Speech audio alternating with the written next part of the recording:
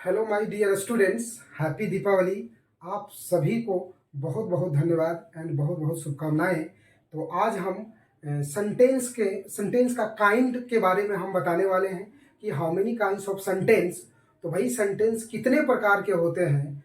तो if sentence is divided on the basis of meaning into 5 kinds, यदि sentence को उसके मीनिंग के आधार पे बांटा जाए तो सेंटेंस 5 प्रकार के होते हैं। देखिए यहाँ पर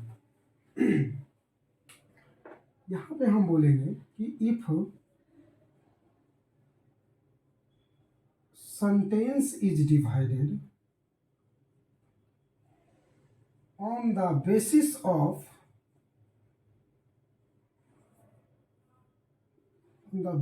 ऑफ मीनिंग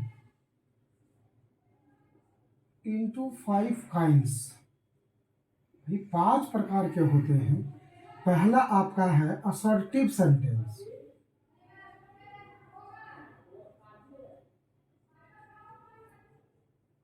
दूसरा है आपका इंटेरोगेटिव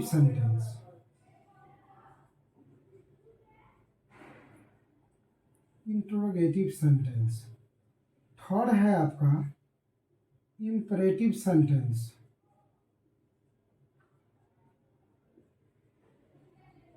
फोर्थ है आपका क्या है जी, ऑप्टेटिव सेंटेंस,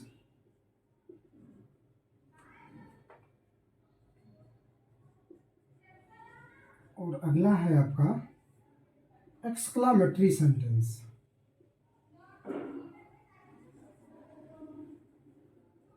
क्लियर हो गया बात।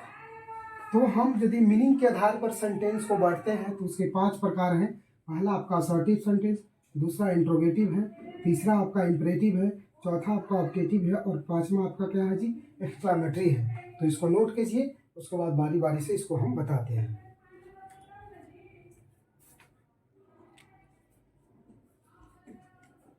चलिए जी, नोट कर लिए हैं। चलिए आइए हम लोग इसको बारी बारी से समझते हैं। देखिएगा कि इस असर्टिव सेंटेंस को हम डिक्लेरेटिव सेंटेंस भी बोलते हैं। डिक्लेरेटिव सेंटेंस भी बोलते हैं। क्लियर हो गई बात। अब देखिए, आइए हम इसके मीनिंग को समझते हैं कि भाई असर्टिव सेंटेंस क्या होता है। तो when we need to give some facts और टू डिस्क्राइब इवेंट्स और थिंग्स वेदर नेगेटिव और positive, we use an assertive sentence. यानी कि जब हम किसी घटना को या इवेंट्स को, चाहे वो नेगेटिव हो या पॉजिटिव हो, उसे हमें डिस्क्राइब करने की आवश्यकता होती है तो हम असर्टिव सेंटेंस का प्रयोग करते हैं। बात समझ में आया कि नहीं। चलिए इसको हम क्या करते हैं, पहले इसको डिस्क्राइब करते हैं। When we need to give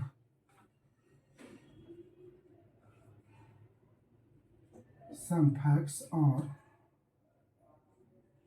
to describe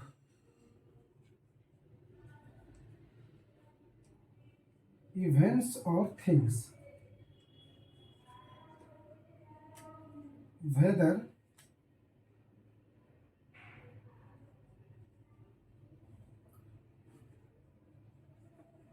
negative or positive, we use an assertive sentence।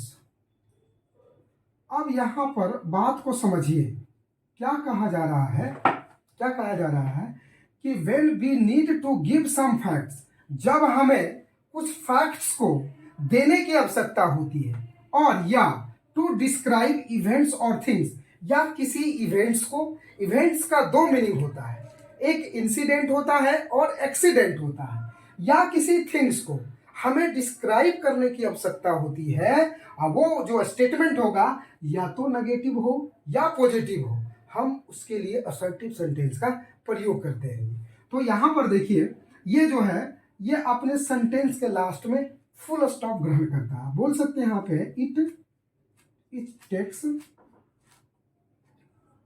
Full stop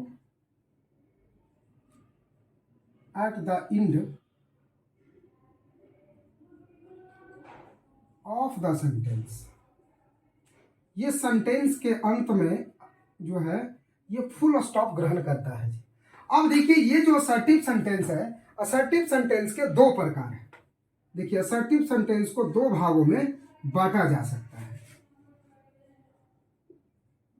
assertive sentence, assertive sentence को दो भागों में बांटा जा सकता है। एक होता है आपका अफर्मेटिव,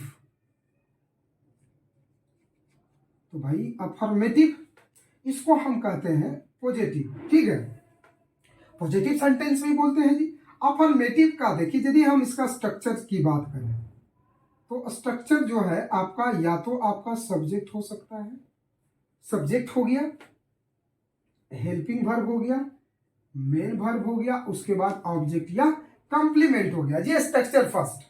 देखिए आपका सेकेंड आपको इस तरह भी मिल सकता है, subject plus main verb object या कंप्लीमेंट। आइए इसका एग्जाम्पल को देखते हैं जी। एग्जाम्पल आपका यहाँ पर क्या हो जाएगा, जैसे हम बोले कि दिस पेन इज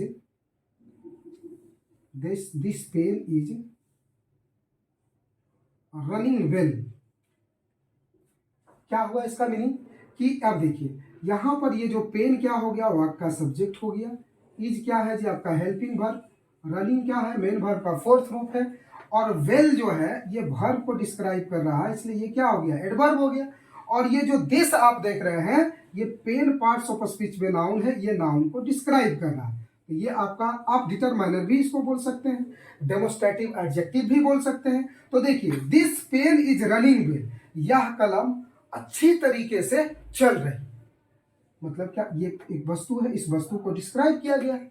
अब देखिए दूसरा आपका जो होता है, पहला तो आपका अफर्मेटिव हो गया और सेकेंड जो होता है आपका ये आपका नेगेटिव होता है। तो भाई इसका स्ट्रक्चर का हम बात करें तो देखिए आपका सब्जेक्ट हो जाएगा, हेल्पिंग वर्ब हो गया, उसके बाद नोट हो गया, उसके बाद आपका क्या हो गया मेन वर्ब हो गया, यहाँ ऑब्जेक्ट या कंप्लीमेंट। देखिए यहाँ पर हम हेल्पिंग वर्ब जनरल स्ट्रक्चर्स लिखे हैं, यानी कि टेंस के अकॉर्डिंग यहाँ हेल्पिंग वर्ब आएगा और टेंस के अकॉर्डिंग यहाँ मेन वर्ब का प्रयोग किया जाएगा। जैसे यहाँ एक एग्जाम्पल के थ्रू, यहाँ पर हम एक एग्जाम्पल लेते हैं। जैसे हम बोले कि I have not done this work, तो आपका ये आई क्या हो गया सब्जेक्ट, हैव क्या हो गया हेल्पिंग वर्ब, ये एडवर्ब हो गया, एडवर्ब ऑफ निगेशन जिसको हम बोलते हैं, ये मेन वर्ब का थर्ड फॉर्म है, और वर्ब पार्ट्स ऑफ स्पीच में यहाँ ये ऑब्जेक्ट हो गया, और ऐसे पार्ट्स ऑफ स्पीच नाउन है, ये इसको डिटरमाइन कर रहा है, इसलिए ये क्या हो गया डिटरमाइनर हो गया जी। तो देखिए इस बात को, I have not done this work, मैं इस काम को नहीं किया, यानी कि इसको हम नेगेटिव तरीके से पेश किए जी, एक्सप्रेस किए। तो हम असर्टिव सेंटेंस को मतलब दो भागों में बांट सकते, एक है अफर्मेटिव, दूसरा आपका क्या है नेगेटिव, और ये आपका रहा स्ट्रक्चर और एग्जाम्पल। क्या आपको अच्छे तरीके से समझ में आया कि नहीं, समझ में आ गया जी, कोई डाउट है? चलिए तो आज का वीडियो में हम सिर्फ इसके बारे में ही मतलब यहीं तक रखेंगे, और अगले वीडियो में फिर हम बताते हैं।